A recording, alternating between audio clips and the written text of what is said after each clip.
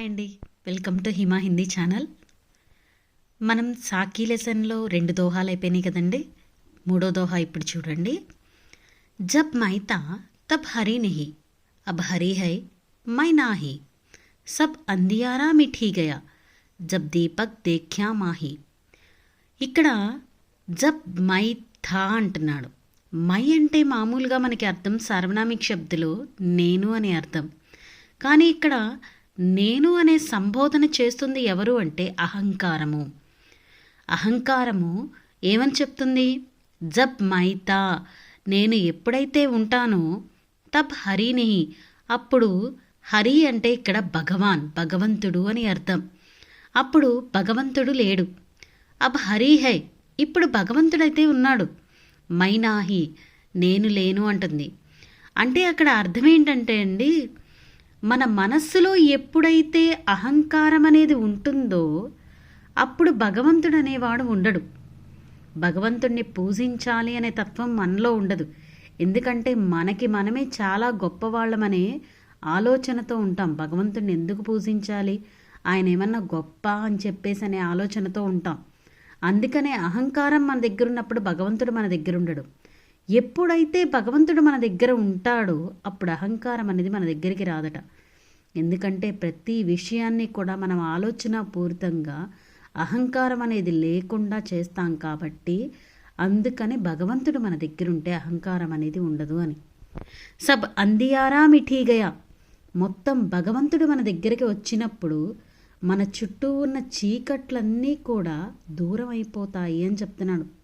జబ్ దీపక్ దేఖ్యా మాహీ, అది ఎలా అవుతుందంటే భగవంతుడు మన దగ్గరికి వచ్చిన తర్వాత ఒక దీపం అనేది వెలిగించినప్పుడు చుట్టూతా అంధకారం అనేది దూరం అయిపోయి వెలుగు ఎలా అయితే వస్తుందో మనకి కూడా భగవంతుడు అనేవాడు దగ్గరికి రాగానే మన చుట్టూ ఉన్న అంధకారం అంతా దీపంలాగా వెలుగునిస్తున్నటువంటి దీపం ఎలా అయితే అంధకారాన్ని దూరం చేస్తుందో, భగవంతుడు అనేవాడు కూడా మన దగ్గర ఉన్నప్పుడు మన చుట్టూ ఉన్న అంధకారం అంతా కూడా దూరం అయిపోయి జ్ఞానం అనేది పెరుగుతూ ఉంటుంది, ప్రతిభ అనేది మనకి ఎక్కువ అవుతూ ఉంటుంది అని చెప్తున్నాడు. దానికి ఒకసారి భావార్థం చూడండి. ఒక్కసారి చూడండి, దీంట్లో మీనింగ్స్ మీకు అక్కడ కనిపించినాయి. మిగిలిన ఒకసారి చూడండి. హరి అంటే ఇక్కడ భగవంతుడు అని అర్థం. మై అంటే ఇక్కడ ఎవరండి? అహంకారము. అది నేను మీకు చెప్పాను కదా. అందియారా, అందియారా అంటే అంధకార్. ఇది తత్సం తద్భవులు కూడా ఒక్కోసారి అడుగుతూ ఉంటాడు. మిఠీ గయా, నష్ట హో జానా, నాశనం అయిపోవడం అనమాట. నెక్స్ట్ ఇంకా ఏమున్నాయి? దీపక్, దీపక్ అంటే దీపము అని అర్థం. దేఖ్యా, దేఖ్యా అంటే అర్థం ఏంటి? చూడడం. ఇక్కడ భావార్థులు చెప్తున్నాడు చూడండి. కబీర్ కాతే హైకి, కబీర్ చెప్తున్నాడు ఏమనంటే, జబ్ తక్ మనుష్య మే అహంకార రూపీ అంధకార్ ఛాయా రహతా హై, ఎప్పటి వరకు అయితే ఒక మనిషిలో అంధకారం అనేటటువంటి నీడ అనేది ఉంటుందో, అంటే అహంకారంతో నిండినటువంటి అంధకారం అనే నీడ ఉంటుందో, అప్పటి వరకు తబ్ తక్, అప్పటి వరకు వహ్ ఈశ్వర్ కో ప్రాప్తి నహీ కర్ సక్తా, అతను భగవంతుణ్ణి పొందలేడు అని చెప్తున్నాడు. అంటే తన అహంకారం అనే చీకట్లో తను బతుకుతూ ఉంటాడు కాబట్టి భగవంతుణ్ణి పొందలేడు. ఇస్ సత్యక జ్ఞాన ప్రాప్త హోతే హి, ఎప్పుడైతే ఈ నిజాన్ని అతను తెలుసుకుంటాడో, ఉసే ఈశ్వర్ కా సాక్షాత్కార్ హోతా హై, తనకి భగవంతుడి యొక్క సాక్షాత్కారం అనేది కలుగుతుంది. ఎందుకంటే నేను అహంకారాన్ని దూరం చేసుకుంటున్నాను అనుకున్నప్పుడు వెంటనే భగవంతుడి యొక్క సాక్షాత్కారం అనేది కలుగుతుంది. ఇస్సే ఉస్కా అహంకార స్వయం నష్ట హో జాతా హై. అంతే, ఆ విషయం ఎప్పుడైతే తను అర్థం చేసుకున్నాడో, భగవంతుడి యొక్క సాక్షాత్కారం ఎప్పుడైతే వచ్చిందో, తన అహంకారం అనేది స్వయంగా దానికదే పోతుంది అని. దీంట్లో కబీర్ చెప్తుంది ఏంటంటే అండి, ప్రతి మనిషికి అహంకారం అనేది ఉండకూడదు. అహంకారం ఉందనుకోండి మనం చాలా విషయాల్లో ఆలోచించలేం. అలాగే భగవంతుడితో మనం ఉంటున్న సంబంధం ఏదైతే ఉందో, భగవంతుడి దగ్గరికి వెళ్ళాలి అనే ఉత్సాహం, కోరిక అందరిలోనూ ఉంటూ ఉంటుంది. కానీ అహంకారంతో ఉన్న మనిషి భగవంతుడిని చూడలేడు. మన భగవంతుడిని ప్రార్థించే విధానం అహంకారంతో ఉన్న మనిషికి తెలియదు. కాబట్టి అహంకారం అనేది లేకుండా మనం చూసుకోవాలి అని చెప్తున్నాడు. నెక్స్ట్ దోహా చూడండి, 4th one. Sukhiya sub Samsar high కాయ అర్ సోవై, దుఖియా దాస్ కబీర్ హై జాగై అర్ రోవై. ఇక్కడ చెప్తున్నాడు చూడండి, సుఖియా సబ్ సంసార్ హై. ఇక్కడ సుఖియా అంటే ఏంటంటే మనకి ప్రతి ఒక్క సుఖాన్ని ఆనందాన్ని అనుభవించే వాళ్ళని మనం సుఖియా అంటాం. దుఖియా అంటే అర్థం ఏంటంటే దుఃఖంతో జీవితాన్ని గడిపేటటువంటి వాళ్ళని దుఖియా అంటారు. ఇక్కడ సుఖియా సబ్ సంసార్ హై, వీళ్ళు ఎలా ఉంటారంటే సుఖంతో నిండేటటువంటి వాళ్ళు అంతా కూడా వ్యాపించి ఉంటారు అంటున్నాడు. ఎందుకంటే ప్రజలు మనం చూస్తూ ఉంటే ఏదైనా సరే భౌతికంగా మనం అనుభవించే వాటిని సుఖము అనుకుంటూ ఉంటాం. ఫర్ ఎగ్జాంపుల్, మనం హ్యాపీగా జీవితాన్ని గడుపుతున్నామండి అంటే మనకి కావాల్సిన వస్తువులన్నీ కూడా మన దగ్గర ఉన్నాయి, దాన్ని కొనగలిగే స్తోమత మన దగ్గర ఉంది, మనం ఎక్కువగా కష్టపడకుండా మన జీవితాన్ని గడుపుతూ ఉంటే మనం సంతోషంగా ఉంటాం అనుకుంటాం. కాయా అరు సోవై అంటే వాళ్ళు అజ్ఞానంతో ఉంటున్నారు అని అంటున్నాడు. అరు సోవై అంటే అజ్ఞాన్ రూపీ అంధకారని అర్థం. కాయై కాయా హువా అంటే వాడు తినే వాటిని, వాడు అనుభవించే వాటిని, వాటిల్లో ఉండి అదే నిజమైన సుఖం అనుకొని ఉంటాడు. ప్రపంచంలో ఉండే ప్రతి ఒక్కళ్ళు కూడా వాడు తింటున్న వాటిని, వాడు అనుభవిస్తున్నవి భౌతికంగా ఏవైతే ఉంటున్నాయో వాటినే చాలా వరకు సుఖమైన వాటిని అనుకొని వాడు అజ్ఞానం అనే అంధకారంలో జీవిస్తూ ఉన్నాడు అని.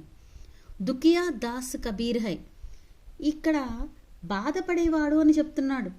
కానీ బాధపడేవాడు అంటే ఇక్కడ ఎవరండి? ఎక్కువ శాతం అందరూ ప్రజలందరూ ఇట్లాగే అంటూ ఉంటారు. కానీ బాధపడేవాడు మనకేమని చెప్తాడో చూడండి. దుఖియా దాస్ కబీర్ హై జాగై అరు రోవై. ఇక్కడ చాలామంది ప్రజలు ఏడుస్తూ ఉన్నారు. ఎలాగా? ఒక సేవకుడిలాగా మారి ఏడుస్తూ ఉన్నారు. ఎక్కడ ఏడుస్తున్నారు, దేనికి ఏడుస్తున్నారు అని చెప్పేసానంటే భగవంతుడి యొక్క భక్తితోటి ఆయన భక్తిలో ఉంటూ చాలా హ్యాపీగా గడుపుతూ ఉంటారు. ఈయన దృష్టిలో, కబీర్ దృష్టిలో ఏంటంటే వీళ్ళందరూ కూడా సుఖమనే దాంట్లో ఉంటున్నారు, కానీ వీళ్ళందరూ మేల్కొని ఏడుస్తారు అని చెప్తున్నాడు. ఎందుకు ఏడుస్తారు అని అంటే భౌతికంగా వాళ్ళు అనుభవిస్తున్న సుఖాన్నే సుఖమనుకుంటున్నారు, కానీ భగవంతుడిని పట్ల భక్తితో అతనికి సేవ చేసుకుని ఒక సేవకుడిగా మారే దాంట్లోనే సుఖం ఉంటుందని వీళ్ళు అనుకోవట్లేదు. అప్పుడు తెలుసుకున్న క్షణంలో ఎప్పుడైతే ఆ విషయాన్ని తెలుసుకుంటారో అప్పుడు వాళ్ళు చాలా బాగా బాధపడతారు అని చెప్తున్నాడు అనమాట.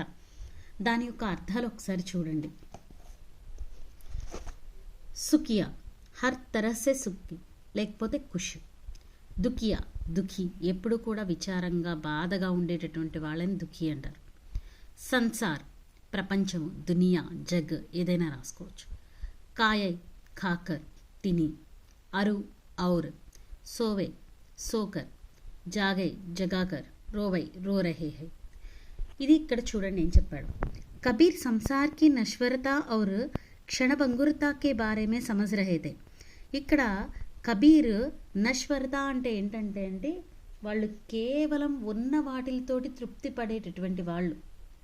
ప్రత్యేకంగా అంటే భౌతికంగా వాళ్ళు ఏదైతే అనుభవిస్తున్నారో లేదా ఒక క్షణంలో తనకి సుఖాన్ని ఇచ్చే వాటిని ఏవైతే ఉంటున్నాయో వాటిల గురించే చెప్తూ ఉండేటటువంటి వాళ్ళు.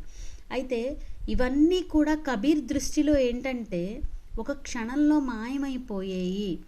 ఇవన్నీ కూడా మన ఈ ప్రపంచంలో శాశ్వతమైనవి కావు అన్న ఉద్దేశం అన్నమాట కబీర్కి. ఆ విషయాన్ని వీళ్ళు తెలుసుకోలేకపోతున్నారు, ఆ తెలుసుకోలేనటువంటి ప్రపంచంలో ఉన్నారు అని. ఎందుకంటే ఈ దేహం అనేది అశాశ్వతమైనది అనేది అనుకుంటూ ఉంటాడు. మనం ఎప్పుడు కూడా భూమి మీద శాశ్వతంగా ఉండిపోతామని ఎవరికైనా ఉందండి? కబీర్ దృష్టిలో కూడా అదే. ఈ దేహం ఎప్పుడు కూడా అశాశ్వతమైనది, అలాగే మనం అనుభవిస్తున్నవన్నీ కూడా సుఖాలనేవి కూడా అశాశ్వతంగా ఉండేవి అని. వే సదా ఈశ్వర్ భక్తి సే మిల్నే వాలే ఆనందమే లీన్ రహతే హై. తను ఎప్పుడు కూడా భగవంతుడి భక్తిలో ఉండిపోయి అక్కడే ఆనందాన్ని పొందుతూ ఉంటారు. कबीर इस दोहे के द्वारा यह कहना चाहते थे कि संसार के लोग सदा भौतिक सुख मोह माया के బంధనों में तल्लीन रहते थे.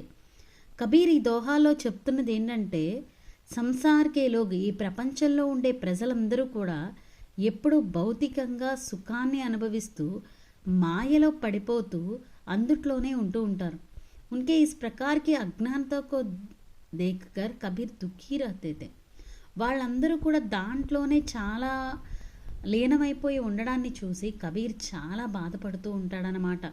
వీళ్ళు తెలుసుకోలేకపోతున్నారు, వీళ్ళు అనుభవిస్తున్న సుఖాలేమీ కూడా శాశ్వతంగా వాళ్ళతో పాటు వచ్చేవి కావు అని చెప్పేసని. మీరు ఈ 2 దోహాలు చూశారు కదండి. ఈ 2 దోహాల్లో ఉండే మీనింగ్స్, దాంట్లో ఉండేటటువంటి అర్థాన్ని చాలా బాగా చదవండి. చదివితేనే మీకు తెలుస్తూ ఉంటుంది. అర్థం చేసుకొని చదువుతూ ఉంటే బాగా తెలుస్తూ ఉంటుంది. అర్థమైందా అండి? Thank you.